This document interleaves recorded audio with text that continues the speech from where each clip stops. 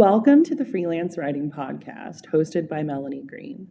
In this space, we'll discuss freelance writing and all of the challenges that comes with running this type of business. In this episode, we're going to talk about writing other people's books. So there are really two ways that this can happen. And so we're really going to dive into that, if you will. So if you were to write your own book, let's say, and you're going to publish it under your name or a pen name, you would write the book, you would edit the book, maybe have an editor, maybe you get a traditional publisher to take on that part, you publish it on Amazon KDP, you market the book. The thing that most people who aren't writers don't understand is that the easiest part is the topic. And so the work in writing a book is writing, editing, and marketing the book. The other steps are pretty easy. Often, people will come to me at parties, family members will reach out to me. I have this great idea for a book. It's going to make a lot of money. I'll give you the idea. You write it. You deal with it. We'll split the proceeds. And I think these people think they're being generous. I think that they are kind and trying to be nice and maybe support your writing career, but they have very little understanding of how much books make, what it takes to make money with books, and where the work comes in.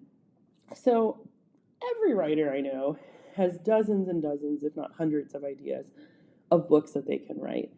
And whether they write them on their own or not really is dictated by time. Writing a book takes a lot of time. So when people come up to me and say this, sometimes I'll kind of say, well, I can coach you, I can mentor you, but I have a lot of projects on my plate. I do work as a ghostwriter, so a lot of times clients will pay me money to write their book that they publish under their name. And I do this a lot, and this is my preferred way of writing books. I don't necessarily need the credit. A lot of my career, I tend to keep on the down low anyway. I don't like to necessarily flaunt or advertise everything that's going on in every moment of my working career. But that being said, you could easily make several $1,000s to write someone else's book. You're helping them out. You're getting the opportunity of writing and publishing. You're getting some cool clips you can sort of, give to other clients to get more work. In terms of writing your own book, it is not always so easy to make a lot of money with books. There's a lot of marketing, a lot of SEO that must be done, even just on the Amazon listing page. And so I would actually say most of my ghostwriting clients don't necessarily recoup their investment, even in me, from publishing. Most of the clients that I have are using it as a platform for other things. So I'll use an example. Someone is launching a whole brand related to taking care of your children using the Montessori approach.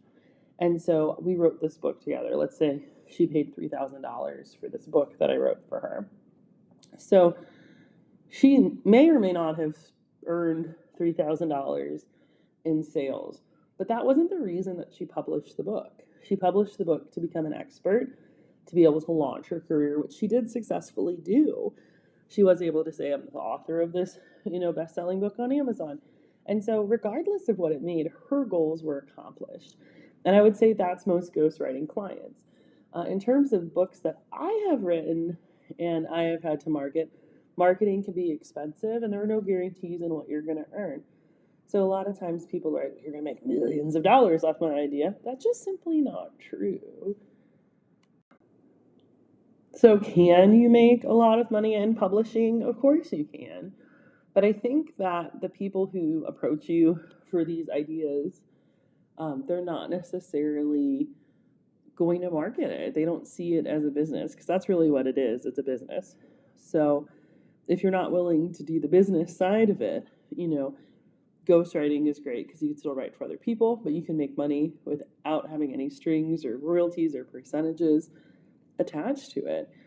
The other thing is, it's kind of difficult to know what's really going to sell. Just because you think your story about an old love or a son who did crazy things is really interesting, it doesn't mean that it would actually be a good book. And so, again, not to dissuade people from writing it, but just to kind of know that. I have a family friend who's been a family friend forever. I mean, I don't even know, 40, 50 years maybe, is older than me, right? And I had said to her I would interview her and we could dictate, use a dictation or transcription software to transcribe it and to really get a first draft that way. Of course, that would take a lot of time, and so the family friend never followed up. But that's really, if people push you to help them, that's something you can definitely do. Otherwise, just consider being a ghostwriter. Thanks for spending some time with me discussing freelance writing.